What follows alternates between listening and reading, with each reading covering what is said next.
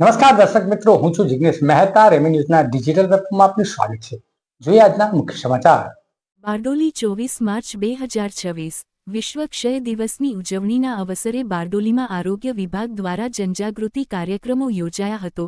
તાલુકા આરોગ્ય કચેરી બારડોલી અને જિલ્લા ક્ષય કેન્દ્ર સુરત ગ્રામ્યના સંયુક્ત ઉપક્રમે આ દિવસને નિમિત્તે ક્ષય ટીબી રોગ અંગે લોકોમાં જાગૃતિ ફેલાવવાનો પ્રયાસ કરવામાં આવ્યો હતો. આ કાર્યક્રમ અંતર્ગત બારડોલીની સત્યાગ્રહ હોસ્પિટલથી એક વિશાળ જાગૃતિ રેલીનું આયોજન કરવામાં આવ્યું હતું. રેલીમાં હોસ્પિટલના ડોક્ટરો, નર્સિંગ સ્ટાફ, આરોગ્ય કર્મચારીઓ તેમજ મોટી સંખ્યામાં નગરજનો ઉત્સાહભેર જોડાયા હતા. રેલી દરમિયાન ભાગ લેનારોએ હાથમાં બેનરો અને પ્લેકાર્ડ્સ રાખી ટીબી રોગ અંગેની માહિતી, લક્ષણો અને સારવાર વિશે લોકોમાં સંદેશો પહોંચાડ્યા હતો.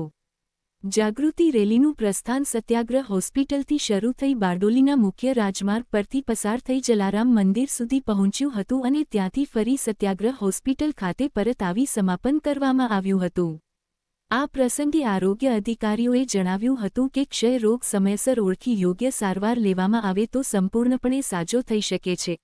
તેથી લોકોમાં ભય ન રાખતા જાગૃત રહેવું અને કોઈપણ લક્ષણ જણાય તો તરત નજીકની આરોગ્ય કચેરીમાં તપાસ કરાવવી જોઈએ. આ જાગૃતિ કાર્યક્રમ દ્વારા સમાજમાં ટીબી રોગ અંગેના ભ્રમ દૂર કરી સ્વસ્થ સમાજની દિશામાં મહત્વપૂર્ણ સંદેશો આપવામાં આવ્યો હતો.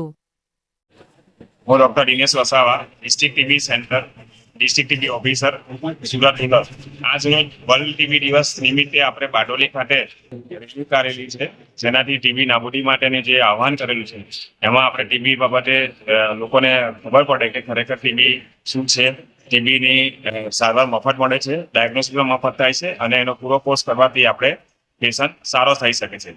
અને લોકોમાં જનજાગૃતિ ફેલાય એના માટે આ આપણે રેલી કરેલા છે કે આ વર્ષે 2026માં ટીબીનું જે થીમ છે કે હા, we can end TB led by people. એટલે જ્યારે પબ્લિકનું પાર્ટિસિપેશન જ્યાં સુધી થશે નહીં ત્યાં સુધી એટલું સરકાર કે એટલું વિભાગ કામ કરશે, પણ જો પબ્લિકનો અને કોમ્યુનિટીનો સપોર્ટ મળશે અને આપણા ચૂંટાયેલા જે બી પ્રતિનિધિ છે તેમનો પણ સાથ સહકાર મળશે તો આપણે અવશ્ય ટીબી નાબૂદી કરી શકીશું.